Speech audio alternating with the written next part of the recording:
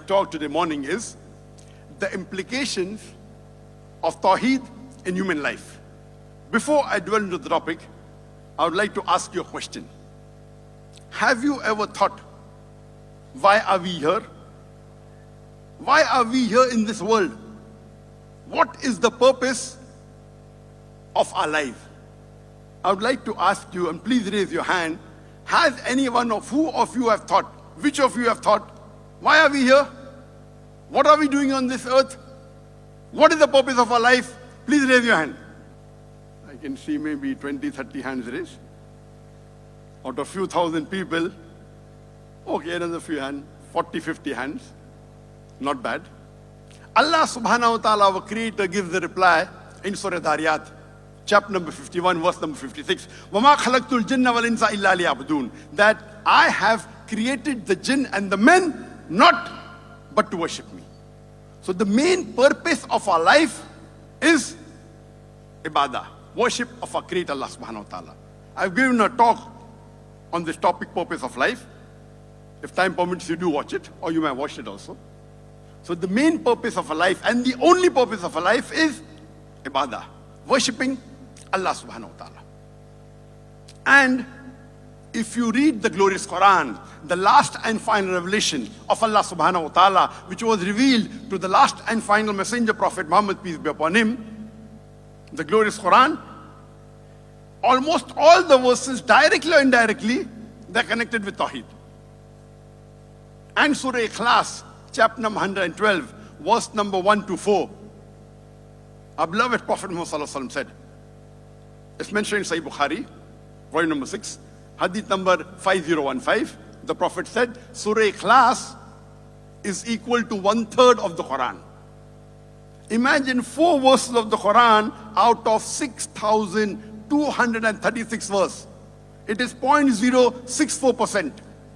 4 verses of the Quran out of 6,236 is 0.064%. And our Prophet said it is 1/3 of the Quran, 33.33%. Because this Surah Ikhlas, its main concept is Tawheed. And we'll discuss that later during my talk. Tawheed means unification. It means asserting oneness. It is derived from the word wahda, which means to unite, to unify, to consolidate. The organizers told me that I should list the verses of Tawheed in the Quran and the Sahih Hadith. Let me tell you at the starting of my talk that the word Tawheed by itself, Tawheed, doesn't exist anywhere in the Quran. The word Tawheed by itself. Neither it is present anywhere in any of the Sahih Hadith of the Prophet ﷺ. But the concept is there. The derivatives of the word Tawheed is there in the Quran, like Ahad. Ahad means the one and only. Wahid means the one. Or Wahada means himself alone. The word Ahad occurs in the Quran once in Surah Ikhlas, chapter number 112, verse number 1. The second derivative, Wahid, occurs in the Quran more than 20 times. In Surah Baqarah, chapter number 2, verse number 133. In Surah Baqarah, chapter number 2, verse number 163. In Surah Nisa, chapter number 4, verse number 171. In Surah Ma'idah, chapter number 5, verse number 73. In Surah Tawbah, chapter number 9, verse number 31.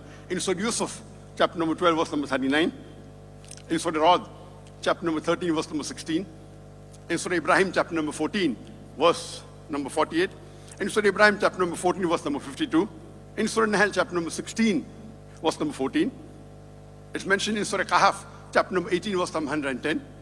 In Surah Anbiya, chapter number 21, verse number 108. Is there Surah Ankabut, chapter number 29, verse number 46. In Surah Safat, chapter number 37, verse number 4. In Surah Sa'd, chapter number 38, verse number 5. In Surah Sa'd, chapter number 38, verse number 65. In Surah Az-Zumar, chapter number 39, verse number 4. In Surah Ghafir, chapter number 40, verse number 16. And in Surah Fusilat, chapter number 41, verse number 6. It occurs in the Quran no less than 21 times. The word Wahid, one. And the word Wahada, it occurs 5 times in the Quran. In Surah Isra, chapter number 17, verse number 46. In Surah Az-Zumar, chapter number 39, verse number 45. In Surah Shura, chapter number 42, verse number 12. Surah Ghafir, chapter number 40, verse number 12. Surah Ghafir, chapter number 40, verse number 84. And in Surah Mumtahina, chapter number 60, verse number 4. It occurs no less than 5 times. In Hadith, the derivatives like yuwa, like yuwad, occurs many times. It's there in Sahih Bukhari, volume number 6, Hadith number 5015. And in Sahih Muslim, volume number 1, Hadith number 111.